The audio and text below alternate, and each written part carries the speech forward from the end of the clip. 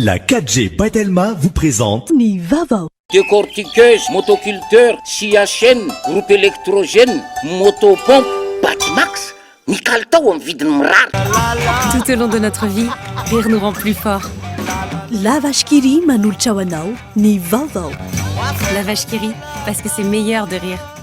Ny batterie Large Star. Kalitao iraisam-pirenena amin'ny vidiny tena mirary. Large Star vous présente Ny Vaovao.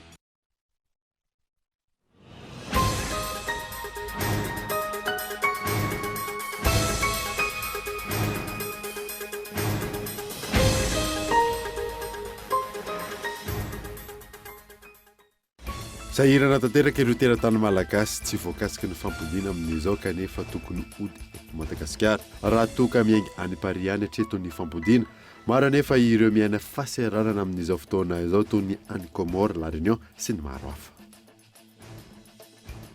Tsy afaka hiasa savy hatrany araka ny fanambina petraky ny filoham-pirenena ireo département ministériel vaovao araka ny fanehoan-kevitry ny mpandrina nasionaly ny antoko-timy androany teny Behoririka Antony teti-bola natokana ho ana ministera 2020 ho an'ny no voafaritra ao anatin'ny LFR afarany teo. Zazakely fito taona no niara-ny endrika fanarotana aranofo nandritry ny herintaona teo eo. Zandary iray miasa eo anivon'ny primature no voalaza ho tompon'antoko araka ny fijoroana vavolombelona. Mananiky ny 700 hatreto ny tanora vahiny indrindra frantsay maditra na nanana olana tena nivon'ny fiarahamonina lefa obiazana aty Madagasikara ho ana fikambanana tsy miankina iray. Ankoatra ny fandefasana azy ireo hiaina any ambanivohitra, amporisihana anangana fototra fitrasa ihany koa izy ireo. Maresaka iraisam-pirenena eninandro ao aorianan'ny fakan'ny Taliban ny fitondrana, amanaly ny ireo olona mbola mikasa andositra ny Afghanistan amin'ny alalan'ny pont aérien napetraka ao amin'ny seranam-piaramanidin'ny Kaboul. Nededendreo vetrany.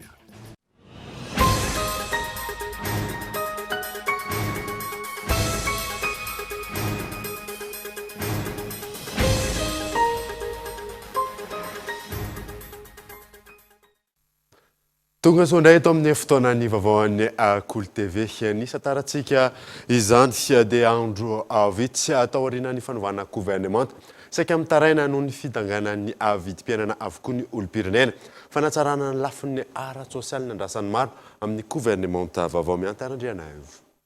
Vidimary, menaka, siramamy sy ny maro hafa tao anatin'ny volana maro tsy nisahany akatra ny vidin'ireo ankoatra ny entana ilaina amin'ny andavanandro nahitana fiakarana hatrany ihany koa ny vidiny ampahany betsaka amin'ny entana miditra eto amintsika tahaka ny simenitra, vy sy ny maro hafa. Ahitana taratra ny fiakatra ny vidim-piainana amin'ny ankapobeny ireo tsy misy tsy mikaikaika amin'ny vahoaka manoloana io taorian'ny fanovana ny gouvernemanta. Teboka lehibe andrasan'ny mpona ny famehezana ny vidim-piainana io isan'ny nanamafy ny tokony hanaovana laharam-pahamehana ny sehatra ara-tsosialy ohatra ny filohan'ny FJKM Irakoami herinandro lasa teo. Ankoatra ny vidim-piainana ankapobeny, teboka maromaro no isan'ny mampitaraina ny vahoaka ankehitriny, fepetra manoloana ny fidiny sistany, ny sehatry ny fizahantany ary ny sehatry ny fanarenana ny orinasa madinika sy salatsalany rehetra noho ny krizy ara-toe-karena amin'izao fotoana izao. Mbola andrasan'ireo sehatra tsy miankina ohatra ny vahaolana azo sapahitana na ho fanarenana azy ireo. Namafisina izy ireo izany tamin'ny alalan'ny taratasy misokatra nalefan'izy ireo tamin'ny filohan'ny repoblika. Nambara tamin'izany fa isan'ny lasibatra indrindra ankoatra ny fizahantany ny sehatry ny indostria, tolotra omena sy ny maro hafa. Raha toka efa amam-bolana maro no nandrasan'ny mpisehatra ny paikady fanarenana io, hatreto mbola manjavozavo tanteraka ny fanatanteran'izany. Tsy mbola nisy valy mazava ihany koa ny fangatahana fiaonana nataon'ireo solotena ny mpisehatra tsy miankina izay nahitana ny gemana ny groupement des entreprises sy ny fivondronan'ny mpandraharaha malagasy hatreto iresana ny olan'izy ireo sy ny vahaolana horaisina. Araka izany, asa maro no miandry ny mpikambana rehetra eo anivon'ny gouvernemanta izao. Tsy ahivina, baiko ny filohan'ny repoblika ny tsy maintsy sy ny vokatra sapahitana amin'izany.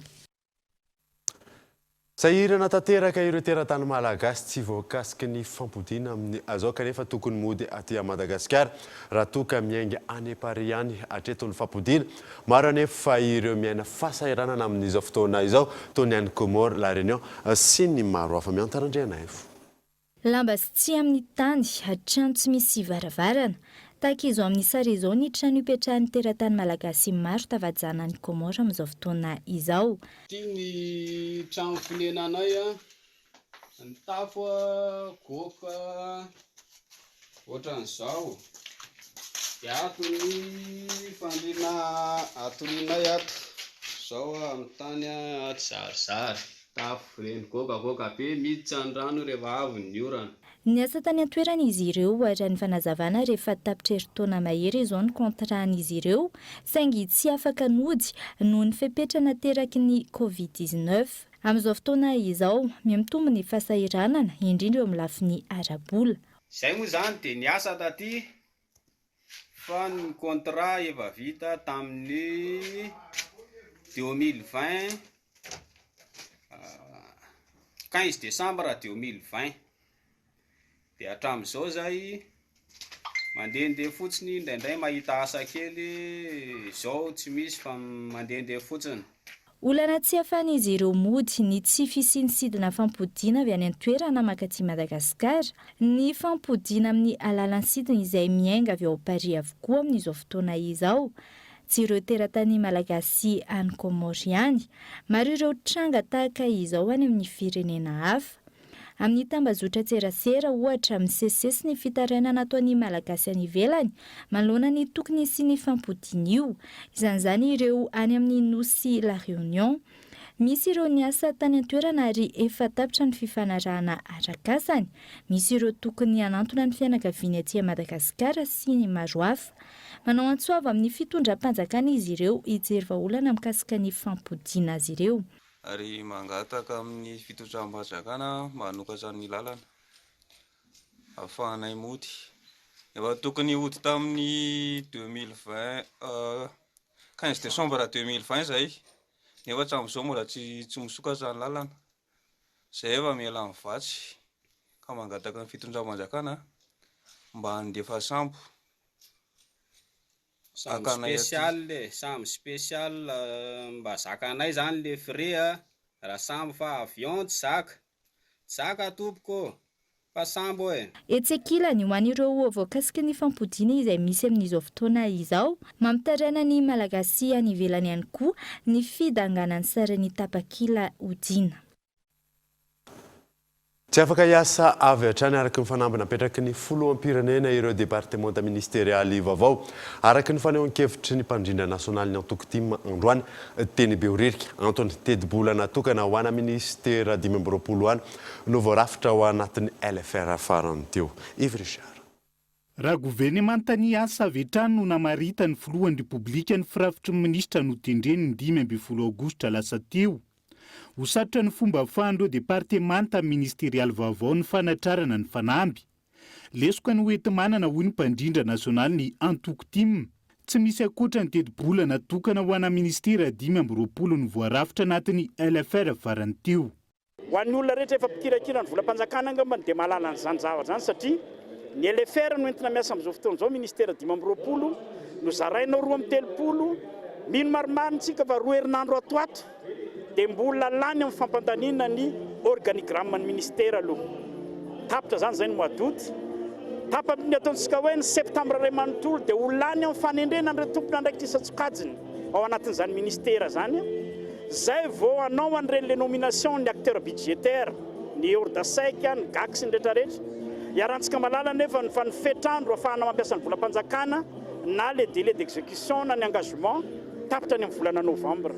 Tsy maintsy hitarazoka arak'izany ny fanatanterahana ny asa indrindra ho an'ireo departemanta ministerialy vaovao, hoetrany ny mpandrindra nasionaly ny antokotiko Madagasikara. Aorian'ny fandaniana ny teti-bola mpanjakana mitondasa izany hoe ny LFI 2020 anohany vao anana ny teti-bola manokana ny ministera isan-tokony. fa ny fomba ahafahan'ny ministera io hiasa misy dia nilazaiko teo hoe ny ministera dia tsy afaka hiasa raha tsy amin'ny lalàna ny fampiasana ny teti-bola voafaritra ao anatin'ny loi de finance. Loi de finance efa voafita amin'izao fotoana izao dia loi de finance rectificative izay ny volavolaina partir ny ministera 5 dia miditra zany tsika ny taona 20 sy 20 raha sitrapon'Andriamanitra any vao misy an'ilay LFI 2022 izay ho tafiditra ao anatin'izay ireto ministera 13 reto. Nefa irantsika malala fa mbola misy ny taux de régulation amin'ny 3 volana voalohany dia 100% ihany no mbola azo ampiasaina any amin'ny 3 volana faharoa raha tsy miovanga le resaka orthodoxie financière. Isan'ny azo atao manoloana ny toetra rato izao ny aménagement budgétaire saingy mbola maro ny fipetra takina ary aritra ny firosona amin'izay. Ankoatra ny asa mivaingana avy amin'ity gouvernemanta ity, andrasana ny fitadiava mba olana matotra mahakasika ny fiakaran'ny vidim-piainana ho etrany ny mpandrindra nasionaly ny antoko nandritra ny hetsiky ny vehivavy ity mateny be horirika androany. Araka ny hitantsika tao anatin'ny lohatenim-baovao teo dia zazavavy kely 7 taona no niaran'ny endrika fanarotana aranofo nandritra ny herintaona teo eo. Zandary iray miasa eo anivon'ny primature no voalaza ho tompon'antoka araka ny fijoroana vavolombelona natao Ivry-Saratra. Koa tamin'izany mbola taona dia izany ka mbe folo sasany foana dia mitoto andeha akatra ninay ny sakafo dia atsiny hoe ntenika ahoana tena amby ampanaoviko zavatra indritra tena fa misy iny dia niteny ampanaoviko zavatra fotsiny dia niteny aleo izany dia nambarika sotomany tanako dia nety nitamin'dosa dia natsipo ny kapany dia akepeo masonao dia sakafo ny vavanao dia natsofoka tao anaty vavako mbo matetika izany ilay izy ataony an'izany. Toy izay nitrangana azo ity zazavavy kely 7 taona monina ao andrahondry kely Ivato ity.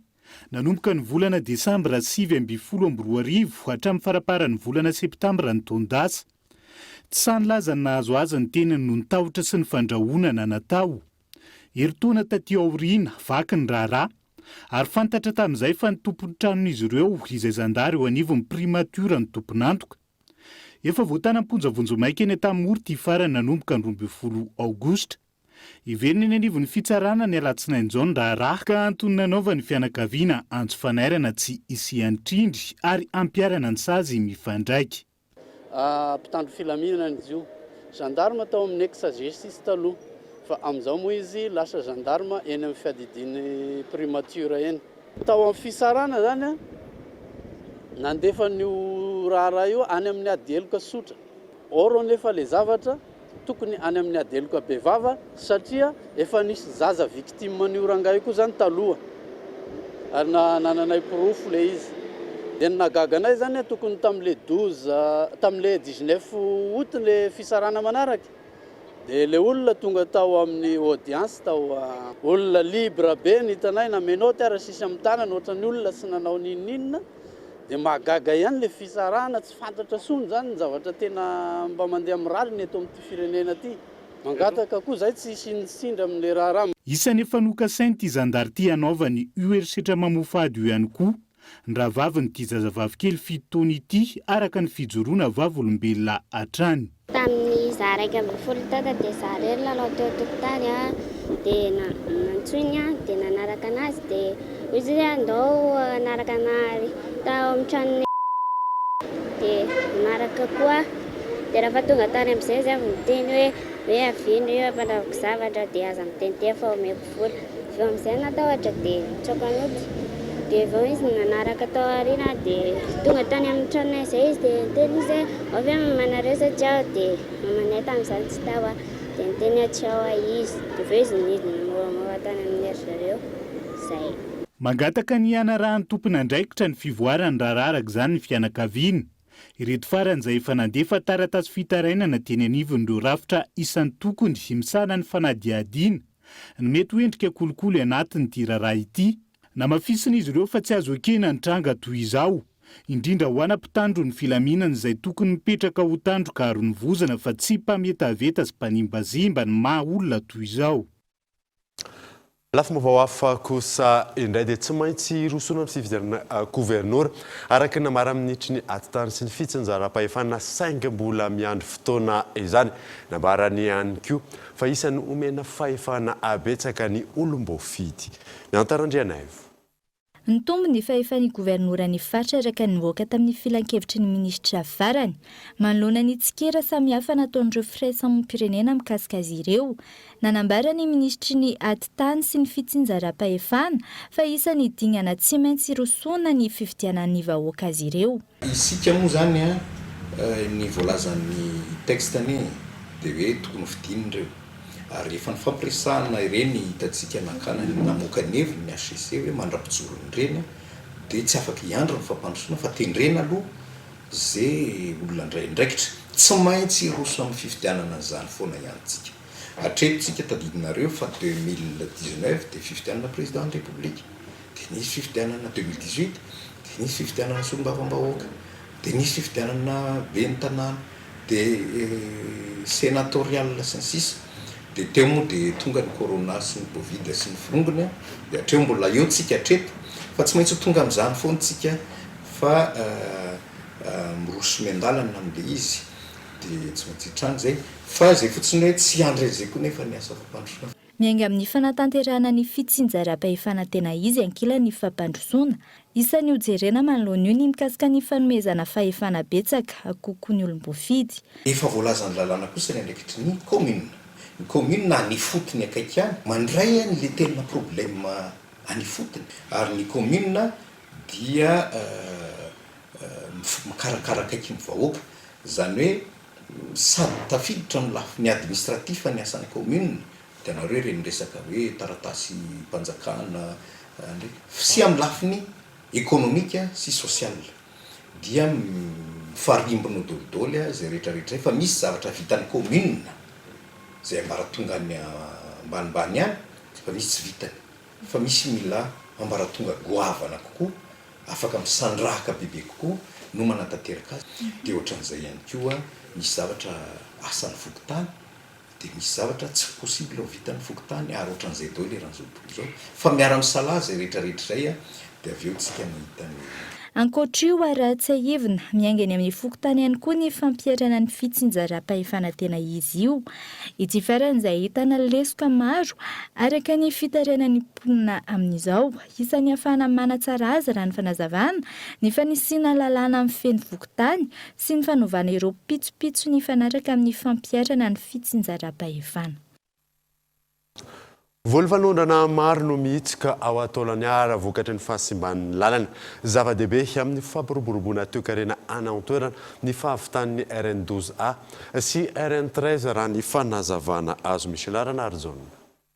Miantoka ny fampiroboroboan'ny toe-karena any an-toerana raha nambarany filohan'ny federasion'ny anteny ranovarotra sy ny indostria eto Madagasikara ny fahavitan'ny lalana RN12A sy RN13 faritra maromaro no miankina amin'ny vokatra ao an-toerana. Mitondra fanantenana ho anay mpandraharaha indrindra avy any atsimo ny tetikasa fahavitan'ny lalana RN12A sy ny RN13. Zava-dehibe ny fahavitan'io lalana io satria misy eo amin'ny siatry ny toe-karena. Ataontsika hoe ny RN12A dia andrasana ny vokatra izay avy any amin'ny faritra vatovavy sy ny faritra fitovinany hoentina ho any Fort Dauphin ary avoaka ao amin'ny Tserana Sambo Aout. Vokatra maro no mihitsika Ataolaniara sy ny faritra Atsinanana vokatry ny fahasimban'ny lalana isan'izany ny letchi sy ny girofle. Vokatry ny tsy fahavitan'ny lalana dia ohatra hoe tsy ahafahantsika manondrana letchi any ivelany zao satria tsy ampy raha ny vokatry ny faritra Anosy irery ihany. Dia raha ohatra mitambatra amin'ny faritra Atsinanana zany ireo vokatra ireo dia afaka manondrana avy eo amin'ny Tserana Sambo ny Ovala atsika.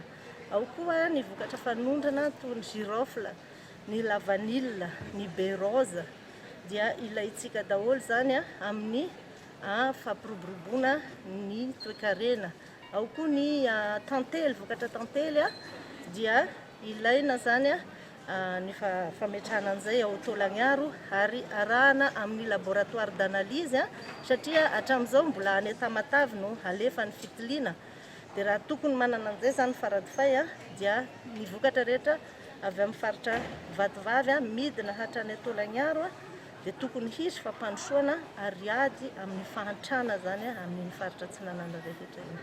Ratsivina isan'ireo lalam-pirenena iopana ny fanohizana ny fanamboaran-dalana ny lalam-pirenena amin'ny faritra Anosindra ny fanazavana, ny RN13 Ios Petroka Ambovombe Ambosary Atsimo Tolaniaro, ny RN10 Andranovory Ampani Ambovombe ary ny RN12 Tolaniaro Mananteny Manambondro ary Vangaindrano.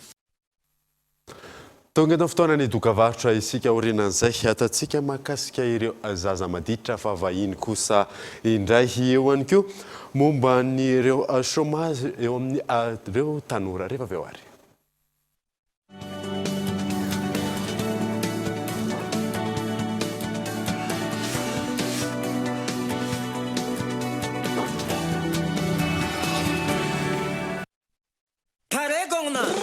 Waouh Production et tellement vous présente Festival Somaro 8e édition ce 25 au 29 août 2021 à Nosibé. Au programme, carnaval dans la ville de Nosibé, soirée VIP avec Wawa, diverses animations sportives, courses lac, football, marathon, mourengi, élection Miss et Mister Somaro. Spectacle avec Raven, Naël, Tina, Tax, Deizo, Zanjamedi, Rijad, Jalto, Jorshai, Rutsuvula, Zangarata, Bastalayon, Mad Max, Ambunjuna, Bigamji, Stéphanie, Ulmazava, Mil Clément, Goulam, Inosibi et Wawa. Et cette année, Summer Time à la plage Madrukel et showcase coloré avec Diocèse. Sponsor Mvoula et THB. Telma, Safit numéro 1 Malagasy. Toujours plus de foot ensemble.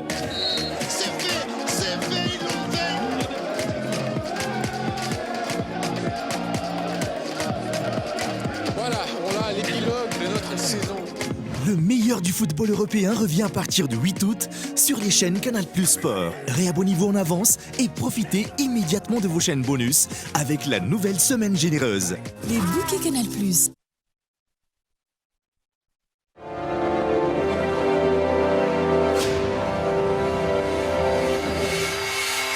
Pour vos travaux à risque, éliminez le danger.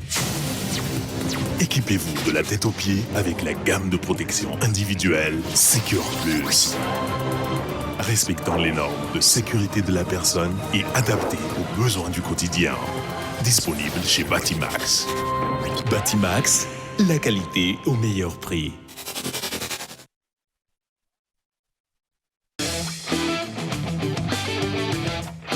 Ni batterie Large Star. Batterie timila entretien misy alliage plomb calcium ahafahana mametra ny fampiasana rano ho vitsy. Large Star manana fitehirizana sy rafi-pamokarana avo lenta ka kely foana ny herilany ary maharitra hatramin'ny avo 10 eny ny batterie Large Star. Kalitao iraisam-pirenena amin'ny vidiny tena mirary. Large Star.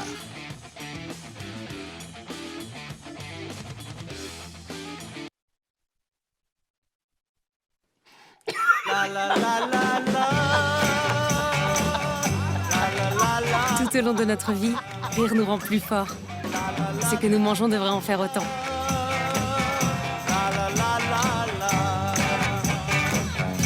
La vache qui rit, parce que c'est meilleur de rire.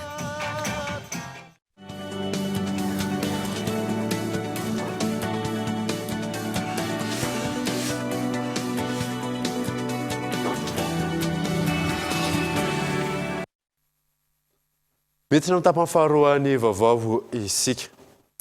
Nananiky ny telonjato hatreton'ny tanora vahiny indrindra fa frantsay maditra nananana olana teny anivon'ny fiarahamonina nalefa obeazana aty Madagasikara ho ana fikambanana tsy miankina iray.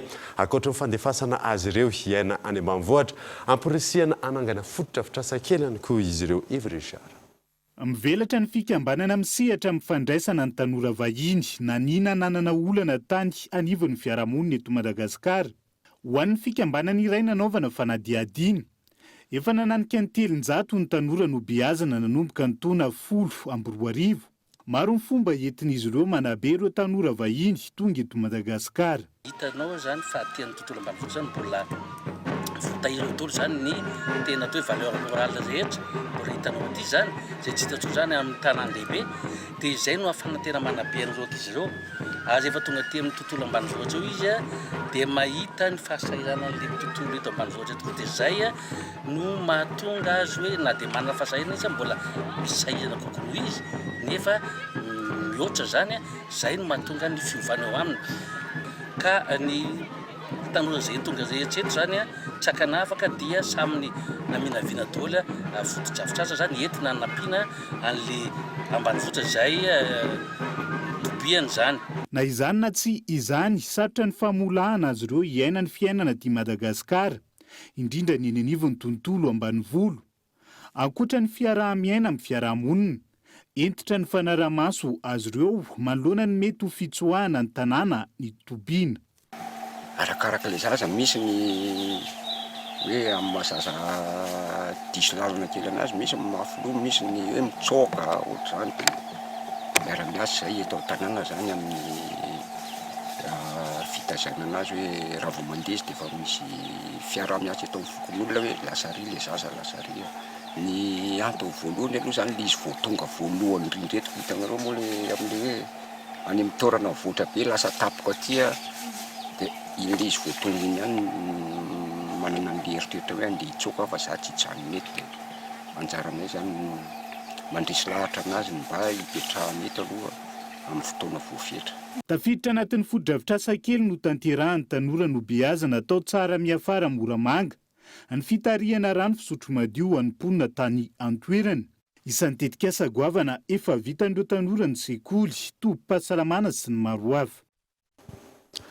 Niakatra kosa ny tany plastika niditra nampiasaina teto Madagasikara hatramin'ny sin'ny avanaretina Covid-19. Mara amin'izany plastika mitambatra na miaraka amina karazam-panafody sy fitaovam-pitsaboana azy samihafa miantarandrianaivo. Ny tombolavitra noho ny taona 2024 ny tany plastika nampiasaina sy niditra manerana ny nosy ny taona 2024 sy ny taona 2024 ity. Antony, hatramin'ny sy ny valanaretina Covid-19, niakatra ny filana tamin'ny lafiny fanafody sy fitaovana ara-pitsaboana samihafa, tombo tahaka izay ihany koa ny fako plastika amin'ny alalany. Na seraingy fotsiny na ambalazina amin'ny fanafody ohatra. Inona reto? Le comprimé pelliculé sura fa mitombo izy satria tamin'ny fotoana ny confinement ary mbola mitoy zany hatramin'izao miditra deuxième année tsika miakatra dia miakatra mihitsy ny volume ny sachet plastique déchet plastique. Firy tonnes de plastique no importé aiza no ahitana an'izay zavatra zay.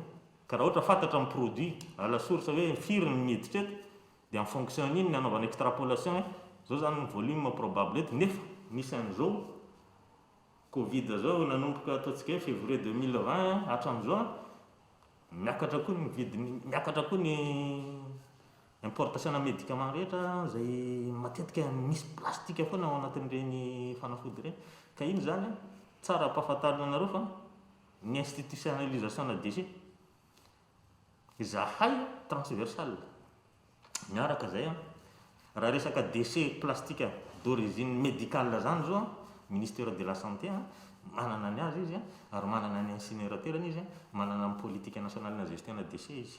Miainga amin'ny fanamafisana ny politika entina anodinana ny plastika mba tsy hamokarana azy betsaka no isan'ny vahaolana hisorohana ny fitombony izay raha ny fanazavana.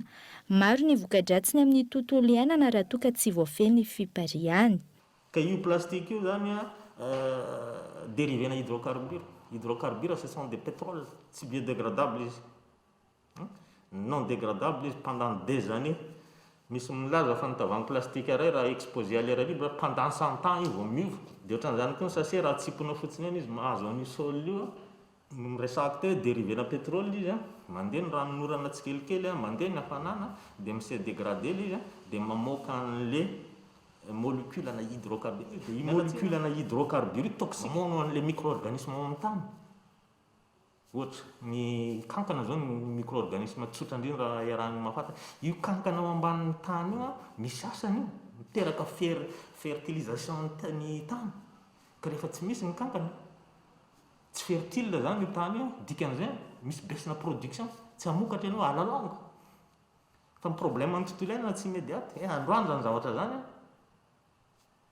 dia raha pitsy miseho Tsy aivina, ankoatra ny plastika miaraka amin'ny fanafody samihafa, tafiditra amin'ireo be mpampiasa ihany koa ny sachet plastika. Raha ny antontanisa tamina fikambanana momba ny tontolo iainana iray nanaovana fanadihadiana, plastika ny ampahany betsaka amin'ny fako izay mandinina ny 410 isanjato eo, 80 isanjato amin'izany ny sachet plastika avokoa. Lafo vaovao hafa kosa indray dia miroborobo ny famandriana any amin'ny ireny toerana fandraisana lalonana ireny amin'izao fotoana izao. Famandriana 3 hatrany amin'ny 5 isan'andro ny misy aza ireo efa mamandrika sahady andro amin'ny taona 2022. Michel Aranarjo. Verina amin'loany ny fanaovana famandriana eny amin'ireo toeram-pandraisana lanonana, vokatry ny Covid-19 anefa dia niena ny fipetraka takian'ireo mpanjifa, niena nanaraka izay ihany koa nisan'ny olona nanatrika ny fety raha ampitaina amin'ny teo aloha. Raha mihoatra tamin'ilay fisian'ny confinement zany dia asa zaina efa mba misokatra ny toeram-pandraisana lanonana ohatra izao. Dia fanomboky ny fahazany hoe ilay mahasamby fazikely fotsiny somary miena ilay isan'ilay olona manatrika an'ilay fety fa tsy ohatran'ny taloha. Ny réservation zany ho an'ny atao amin'ny espace raha ny amin'ity taona ity dia efa azo lazaina hoe efa fenifeny daholo. Ny amin'ny 2022 rehefa misy dia ny farisian'ilay olona indray ay miena ilay prestation zany hoe taloha izy raha ohatra miova zany miova ilay izy raha taloha izy hoe sabotsy any izy manao mariazy zao efa misy na lakamisy na sabotsy na lahady na lantsirainy raha misy. Raha ny tontanisa mihoatra ny 3 isan'andro farafahabetsany ny famandria-toerana misy raha ny fanazavana. Misy amin'ireo mpanjifa no efa mamandrika sahadiny amin'ny taona 2022. Ho an'ilay olona nanao réservation tamin'ny herintaona ka tsy tanteraka no antony fisian'ilay confinement dia mitady daty hafa izay mampety azy fotsiny izy dia raisina foana. Fa ok da efa ny akamaroany efa vita daholo. Ny réservation ino tsy miankina amin'ilay fahazotoan'ilay olona fa ny fanaony aloha amin'izao dia manao an'ilay visite izy dia rehefa aveo izy vao miverina manao an'ilay réservation fa raha atao aina mety eo amin'ny réservation mety eo amin'ny 2 na 3 isan'andro eo arakaraky n'ilay olona. Fa misy foana nefa tsisy ihany koa réservation anatin'ny semaine ray. Raha ny fanadihadiana natao hatrany dia miovaova miankina amin'ny toerana ny ofan'ny toeram-pandraisana lanonana amin'izao. Manomboka amin'ny 2 alina ariary isan'olona raha toka tsy miaraka amin'ny sakafo. Raha tsy evina dia tsy mahazo mihoatra ny 700 ireo olona mivoatra amin'ny lanonana iray hatramin'ny androany. Amin'izao fotoana izao isan'ireo tanora maro tsy aniasa ny vehivavy. Amin'izao firoborobon'ny teknôlôjia izao dia ao anatin'ny fanamorana ny fitadiavana asa ny fampiasana izay teknôlôjia izay. Nambinina Ravelorson. Ny tombony tany vehivavy tsy anasa nandritra ny fisian'ny Covid-19, isan'ny vahaolana ny fidirana eo amin'ny tontolon'ny ara-nomerika izay ahafahana misehatra kokoa eo amin'ny fitadiavana asa. Amin'ny lanja ny vehivavy hiditra ao anatin'ny resaka teknôlôjia na ihany koa apiditra ny vehivavy ao anatin'ny resaka informatika dia satria isika vehivavy moa zany ohatrany hoe oharina amin'ny lehilahy dia somary tsy omena lanja kokoa amin'ny resaka izay informatika izay fa ohatrany hoe izy lehilahy no mibahatoerana ao anatin'ilay izy. Nandritra ny vanim-potoana ny fihiboana ka hatramin'izao raha ny sehatra ny nomerika tsapa sy hita fa niakatra ny tanora nampiasa ny teknôlôjia. Tanay fa tena ilain'ny vehivavy amin'izao ny tontolo nomerika, izany hoe misokatra manera izao tontolo izao mihitsy fa tsy eto Madagasikara ihany tontolo nomerika indrindrindrindra moa nanomboka izay le resaka ty Covid aty dia vao may vao nisokatra be mihitsy dia omena laharana zany omena fahafahana zany ny vehivavy misokatra amin'izay tontolo ny asa ao anatin'ny nomerika izay.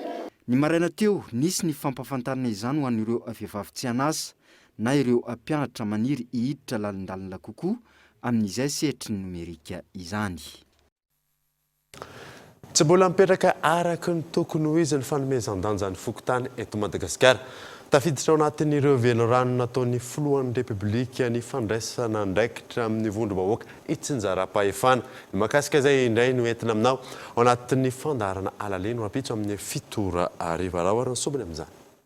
Anisany laharam-pahamea ny politika ankapobeny ny fanjakana amin'izao fotoana izao izay niainga tao anatin'ny initiative pour l'émergence de Madagascar na ny IEM ny fampiarana ny fitsinjaram-pahefana tena izy ka misongadina ao anatin'izany ny fanamafisana ny demokrasia, ny fanjakana tany-tandalàna ary koa ny fampiroboroboana ny fitantanana tsara tantana sady mahomby eny anivo ny commune izay mifandraiky indrindra amin'ny fokotany. Velorano faharoa-ambin'ny nataon'ny filohan'ny Repoblika ny Madagasikara Andry Rajoelina ny fahavitantena sy ny fandraisana andraikitra ireo vondrom-bahoaka hitsinjaram-pahefana maro samihafa. Anisan'ny dingana lehibe hanatanterahana izany ny firosoana amin'ny fametrahana ny fitsinjaram-pahefana tena izy eto Madagasikara mba hisian'ny tena fampandrosoana marina miainga avy ny fotony. Hita sy tsapa nefa hatramin'izay fa natao anjorom-bala ny eny anivon'ny fokotany izay isan'ireo kitro ifahara ny fampandrosoana. Tsy napetraka araka ny tokony ho izy ny rafitra ny fokotany. Mbola matsiaro tena ho atao ankilabao ny eo anivon'ny fokotany na eo aza ny maha olom-bao fidy azy ireo izay tena akaiky ny vahoaka. Raha ny tena izy anefa ny fokotany no tena tokony ho angadin'ny fampandrosoana raha resahantsika izay. Fa ninona nataon'ny fanjakana, ninona nataon'ny fampandrosoana eto amin'ny firenena na commune, ninona raha vao tsy ny manodidina ny vahoaka no misy fivoarana dia tsy mahatsapa mihitsy izay mandroso ny firenena. Hitanao na hanao arabe ary ianao fa ny lalankely miditra ao amin'ny olona miroapotaka lava eo ihany dia tsisy fampandrosoana tsapany. Noho izany tokony omen'ny fanjakana lanja tanteraka ny fokotany mba ho angadin'ny fampandrosoana ny firenena. Andao nge resahantsika ny zava-nisy tamin'ity Covid hatramin'izao fotsiny resahako. Ny tena ny savorivory ny firenena ary dia ny fokotany tena ny anjeran'ny rihatra hoe arao-maso ny fokotany fa mangalatra. Arao-maso ny zava-misy anefa tsy niainga avy any amin'ny fokotany mihitsy ny fomba fandaminana na fomba fizarana. Raha nakana hevitra ny fokotany mba tsy isian'ny olona dia inona ny tokony hevitra dia ny fokotany mety nanipy hoe zarao mitovy io na rokolao aza fa tsy marary ny vahoaka raha samy mahazo. Dia hitanareo fa niteraka savorivory be reny zavatra ireny dia ny fokotany lasa mitondra fa raha ny eny ny fokotany anefa ny fanjakana tsy misy ny olana ohatr'ireny. Ary hatramin'izao tsika miteny izao ninona zavatra miseho raha miresaka amin'ny fokotany ny fanjakana voavaha ny olana eto amin'ny firenena. Fototra iaingan'ny fampandrosoana rehetra ny fokotany kanefa ny sasany aza tsy manana birao fa ireo trano fonenan'izay voafidy ho lehiben'ny fokotany no sady lasa birao no trano fonenana. Fa na izany aza misy ihany koa ireo manana efitrano saingy tsy zarizary ny birao sy ny fitaovana ao anatiny. Mitana andraikitra goavana eo anivon'ny fiarahamonina ary antoko ny hahavitany ny asam-panjakana rehetra ny lehiben'ny fokotany. Izy ireny no mitondra fanazavana ny lalàna sy ny didim-panjakana izay efezana ny fiarahamonina. Mampahafantatra ihany koa ny zava-misy avy ao anivon'ny commune sy ny district. Mahakasika ny antontanisany coronavirus kosa indray dia miampy roa ireo voatily fa mitondra ny tsimbokaretina Covid-19 eto Madagasikara. Raha nitatra izay navoaka ny ministeran'ny fahasalamana tamin'ity androany ity. Miampy roa ihany koa ireo sitrana soamantsara ary tsy nisy ny ainana fohy. Ny total 40 kosa ireo mbola ao anatin'ny forme grave. Maresaka iraisam-pirenena kosa indray dia eninandro aorianan'ny fakan'ireo taliban ny fitondrana hamanalina ireo olona mbola mikasa andositra any Afghanistan amin'ny alalan'ny pont aérien napetraka ao seranam-piaramanidin'ny Kaboul. Fanady. Mitony fikasan'ireo olona ao Afghanistan hitsoaka taorian'ny fakan'ireo taliban ny fitondrana feno mipika ny lalana ifampisisihan'ireo fiaramanidina misy ireo ray aman-dreny no manipy ny zanany mihoatra ny fefy. Pont aérien izay nisokajian'ny Joe Biden ho isan'ny zava-dehibe sy sarotra indrindra amin'ity tantara ity nandritra ny fandraisam-pitenenana tao amin'ny Maison Blanche. Mandroan'izany olona 3 alina no kasain'i Washington ho ahondrana. Hatramin'ny androany miisa 3,1 alina ireo olona efa niondrana tamin'ny alalan'ny tafika Amerikanina ny 14 aogositra lasa teo. Amin'ireo 3 alina ireo teratany Amerikanina no betsaka. Raha ny fantatra, milaza ny anova ny fomba fitantanan'ireo taliban ireo ary mampanantena fa tsy hitoviny tamin'ny taona 1979 sy 2002 fotoana izay nanakanan'izy ireo ny fahafahan'ireo vehivavy hiasa na hianatra sy mifamonoana ireo mpamono sy mpangalatra. Raha ny tatitra nataon'ny ONU manana lisitra ireo afghan maro tadiavin'ireo taliban ireo. Ny ankamaroan'ireo olona tadiavina no olona ambony teo amin'ny tafika. Dia iny maresaka iraisam-pirenena manankatonao vaovao tamin'ity androany ity ankasitrahanao nanaraka izany soava mandry tavolo tompoko.